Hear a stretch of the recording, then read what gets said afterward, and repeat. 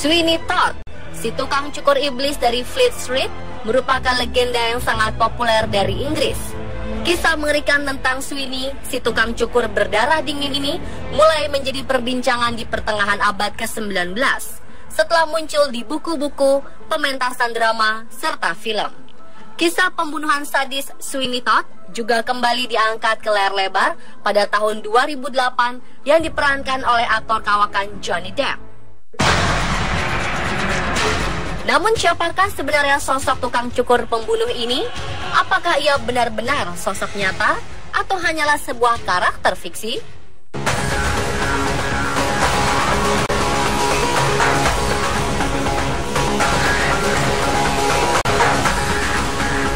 Sweeney Todd dikenal dengan nama si tukang cukur iblis dari 185 Fleet Street, London.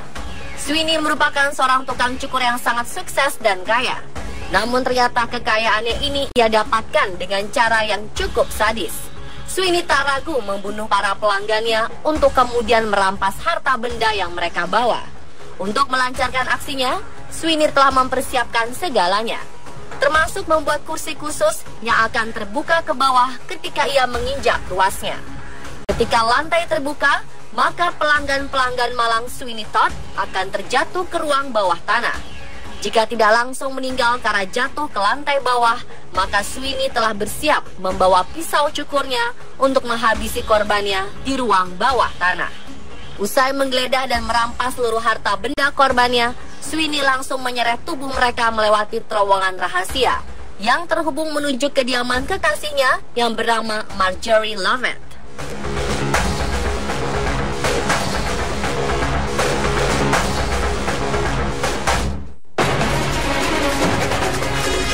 Saat inilah di mana kengerian kembali terjadi.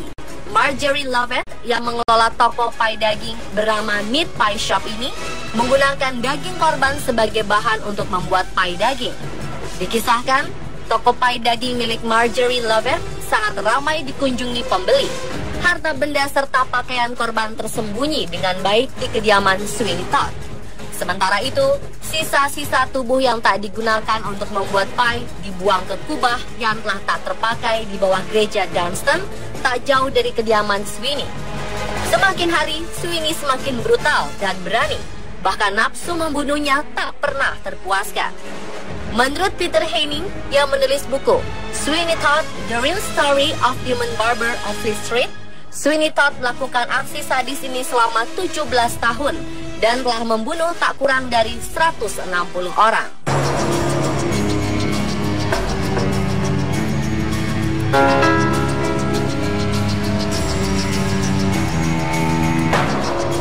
Sweeney Todd lahir di daerah kumuh di wilayah London Timur pada 16 Oktober 1756. Sweeney telah menjadi yatim piatu sejak berusia 12 tahun yang membuat dirinya harus bekerja di jalanan sebagai asisten seorang pencuri bernama Crooks. Pada masa itu, seolah telah menjadi takdir bagi anak miskin. Ia harus memilih antara kelaparan, diperjualbelikan, dan dipaksa mencuri. 2 tahun setelah bergabung dengan Crooks, Sweeney mudah ditangkap dan dijebloskan ke penjara karena kasus pencurian kecil. Sweeney bisa saja dihukum gantung, namun karena usianya masih 14 tahun, hakim di pengadilan Old Bailey merasa kasihan pada bocah yatim piatu ini dan memberikan keringanan berupa kurungan 5 tahun di penjara Newgate. Hukuman yang diberikan pada Sweeney Todd ini memang tak biasa, karena pada umumnya anak-anak yang dilatih untuk mencopet atau mencuri biasanya dihukum mati meskipun hanya melakukan pencurian kecil seperti mengutil. Penjara Newgate sendiri merupakan kawasan suram di pinggir barat London yang sekarang menjadi lokasi pengadilan kriminal Old Bailey. Di dalamnya merupakan narapidana dari berbagai jenis, mulai dari copet cilik hingga mucikari kelas kakap. Jelas, penjara Newgate tidak dirancang untuk merehabilitasi orang. Penjara ini justru penuh dengan korupsi dan hanya narapidana yang memiliki uanglah yang bisa memperoleh perlakuan manusiawi dari sipir penjara. Dan bagi masyarakat, narapidana di sana tak lebih dari hewan di kebun binatang. Pada era tersebut, membayar sejumlah uang untuk menyaksikan kehidupan narapidana adalah hal yang sangat lumrah dilakukan.